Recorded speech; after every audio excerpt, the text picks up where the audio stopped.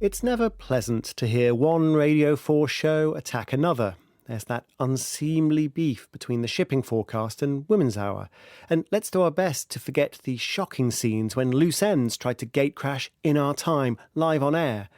That said, pitchforks at the ready. We're coming for you, Gardener's Question Time, because apparently growing vegetables in your garden is trashing the planet by increasing greenhouse gas emissions. Much better to buy them from the supermarket. And I know that this must be true because I read it in the Telegraph. Carbon footprint of homegrown food 5 times greater than those grown conventionally. Loyal listener Paula McKay runs a greenhouse community on Facebook. And she told us that the article has caused some consternation and debate as we are all trying to do our bit to be environmentally friendly. Well, gosh, debate is okay, but we definitely draw the line at consternation. So where did the Telegraph get this idea? From scientists, it turns out. The Telegraph article was based on recently published research. I wanted to go straight to the source, Jason Hawes from the University of Michigan. He was the lead researcher on the research paper in question, and he agreed to explain what's going on. Can it really be the case that it's 5 times worse for climate change to grow carrots in your garden than buy them from a supermarket?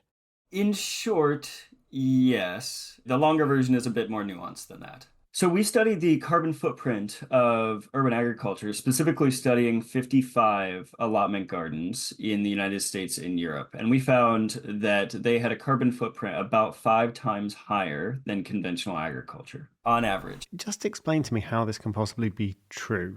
When I think of industrial agriculture, I think, okay, machinery. Mm-hmm. You've got tractors full of fuel, maybe combine harvesters, fertilizer. That's an energy-intensive process, producing the fertilizer. Mm-hmm. Then you're harvesting these things, and then you're having to drive them around. They have to be stored in warehouses. They have to go to the supermarkets, and they have to go to your house. So both in terms of the production and the transport, I can see clear sources of carbon emissions. If I'm growing carrots in my back garden, I walk out there, I put some seeds in the garden, I wait. Then I get the carrots, I pull them up, I walk back into my kitchen and wash the carrots off. I would have thought, perhaps naively, that the carbon footprint of that is basically zero, maybe negative. And the carrots are pulling the carbon out of the atmosphere. Mm-hmm. So what am I missing in that broad brush account of what's going on? Yeah, so the short answer is that the major difference on average is economies of scale. In general, most folks who are growing food are not just planting it right in the dirt, right? So they're building things like raised beds. They're building things like garden sheds. They're building pathways between these different spaces. And that infrastructure is actually what we find adds up quite quickly, basically as a result of the economies of scale. So if you think of a giant combine harvester that is in, the typical rural farm field, that takes a lot of carbon investment to make that, right? Yeah. However, it is growing a lot of food every year for many years before it is kind of recycled over into the next one. On the other hand, you're not growing quite as much food per unit area or per unit investment in a raised bed. And so that's where the difference comes out. Yeah. So I'm only growing a few kilos of carrots, right? So even if I am only just walking out into my back garden, I've got a trowel, maybe I've got a spade. They're steel, they took energy to make. I've got maybe some bricks or concrete paving stones. I've built the raised bed. I've got a nice garden shed. And all of this stuff is actually responsible for what is in fact a tiny amount of carrots. Right. And that's what's doing the damage. Right. Yes. Everything you just said is correct. And it's a bit counterintuitive, as you noted. So there it is. Homegrown veg is bad for the planet, but only because you just had to go and buy that nice new shed. But don't down trowels just yet, because despite the high average, Jason's research also found some good news. So we found that 25% of allotment gardens were carbon competitive with conventional agriculture.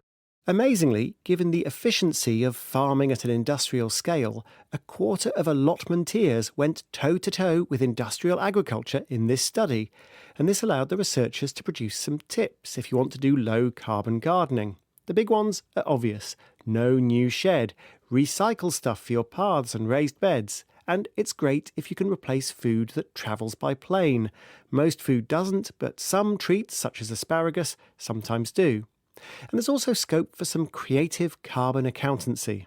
If our community gardens, for example, spend more time focused on social products, the sort of environmental education or health benefits, then more of the carbon footprint should be ascribed to those social products, right? And less of it then would be ascribed to food. So if you think of your garden or allotment as an activity that makes you happy and keeps you fit, maybe you should view the turnips as a bonus. They may not be the most carbon efficient turnips in the world, but as part of a wholesome community building life, they're fine. And almost any hobby would have a carbon cost. Anyway, this is all a little academic because the quantities of carbon dioxide we're talking about here are trivial. Yes, this is a relatively minor impact on climate change overall. So, gardener's question time. We're prepared to let it go this time, but we will be keeping an eye on you. Thanks to Jason Hawes from the University of Michigan.